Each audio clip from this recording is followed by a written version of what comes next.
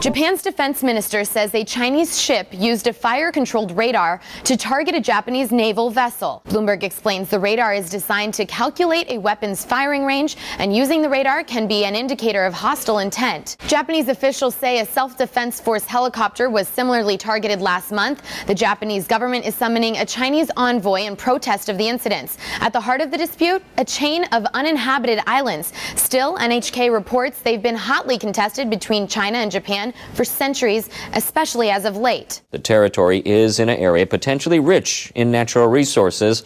Japan controls the islands. China and Taiwan claim them. The Japanese government nationalized the islands last September.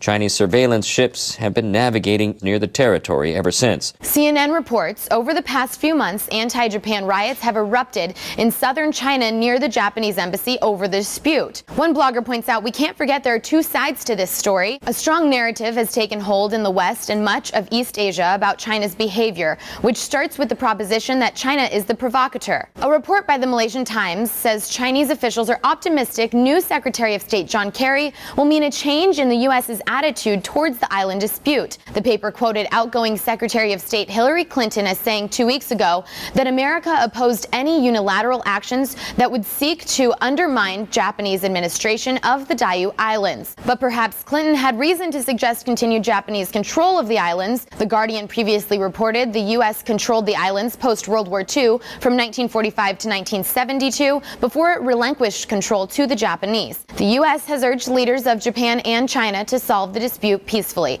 For Newsy, I'm Katie Brennan. Multiple sources, The Real Story.